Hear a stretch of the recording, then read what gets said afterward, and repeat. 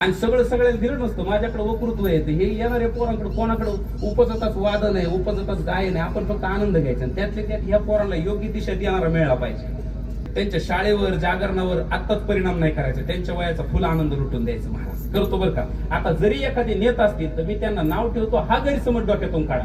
मी कीर्तनकार आहे म्हणून बाकीचं फंडिंग मला बरं होतं म्हणून मी सांभाळू शकतो. या मंडळीला शासकीय अनुदान नाही म्हणून त्यांना दुसरा पर्याय नाही. पण हे तुमच्या गावात आल्यानंतर त्यांना जीव तर लावू शकता.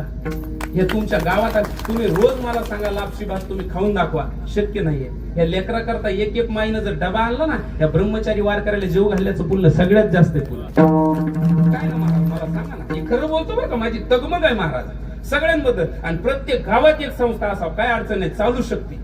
पण तसं वातावरण आता राहिलं नाही. माझी वेगळा इच्छा, 21च मुलं भरतो, ऍडव्हर्टाईज लावायची गरज पडत नाही, काय नाही. तेवढेच सांभाळायचे, तेवढेच घडवायचे, त्याच आनंदात राहायचं.